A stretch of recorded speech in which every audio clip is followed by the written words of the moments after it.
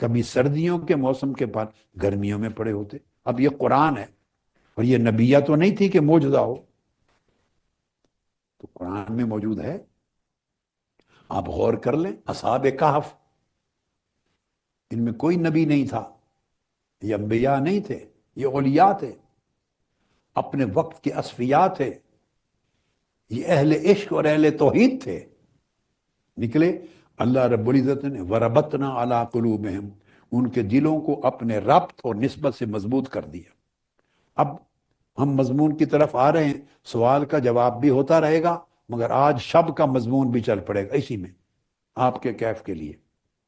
دونوں چیزیں اب ملتی چلیں گی۔ آپ جاب کہف کو، انہم فتیۃ آمنوا بربہم وزدناہم ہدی، یہ ایسے اللہ والے جوان تھے کہ اللہ پر ایمان لائے اور ہم اضافہ کر دیا۔ یہ جو اور اضافہ کرنا ہے، یہ وہ قلبی روحانی کیفیات ہیں، وہ واردات ہیں، وہ حلاوتیں ہیں جو تسکین میں اضافہ کرتی ہیں، استقامت دیتی ہیں، یقین میں اضافہ کرتی ہیں اور انسان کو مضبوط کر دیتی ہیں۔ تو ان کے دلوں کو اپنی نسبت اور اپنے ربط میں مضبوط و مستحکم کر دیا۔ تو کیا ہوا؟ اب یہ قرآن کہتا ہے 309 سال تک اصحاب کہف غار میں لیٹے رہے۔ اب یہ قرآن بتا رہا ہے۔ تو آقا علیہ السلام کی امت میں اگر یہ احوال ہوں تو کس طرح ناجائز یا ناممکن قرار دیا جا سکتا؟ یہ اولیاء کی بات ہے، قرآن کی نص۔ 309 سال، اور کیسے لیٹے رہے؟ تزاوروا عن کہفہم ذات الیمین واذا غربت تقرضهم ذات الشمال وهم فی فجوۃ منہ ذلک من آیات اللہ۔ فرمایا آپ دیکھتے ہیں جب سورج طلوع ہوتا تھا تو وہ کھلی غار میں لیٹے ہوئے تھے اصحاب کہف، اللہ والے، وہ عاشقان حق، وہ طالبان حق، تاکہ ان کے جسموں پہ دھوپ نہ پڑے۔ تو سورج طلوع ہوتے ہوئے دائیں ان کے جسموں کو دھوپ سے بچانے کے لیے بائیں جانب کترا جاتا تھا۔ اب یہ 309 سال تک سورج طلوع اور غروب کے وقت اپنے راستے بدل کے غروب ہوتا رہا، طلوع ہوتا رہا۔ یہ اللہ کی نشانیاں ہیں۔ اگر آپ کہیں، کوئی سوچ سکتا ہے کہ نہیں وہ تو سورج کا ڈائریکشن ہی یہی ہوگا، اتفاق سے غار کا اور سورج کا ڈائریکشن ہی یہی ہوگا، کہ تو بڑی حیرت ہوگی۔ اس لیے کہ آگے قرآن نے کہا ہے ذالک من آیات اللہ، یہ سورج کا 309 سال تک طلوع کے وقت دائیں طرف جھک کے پلٹ کے جانا اور غروب کے وقت بائیں طرف پلٹ کے جانا، یہ اللہ کی قدرت کی بڑی نشانیوں میں سے تھا۔ اگر روٹین کا ڈائریکشن ہوتا تو اللہ اس کو اپنی قدرت کی نشانی قرار نہ دیتا۔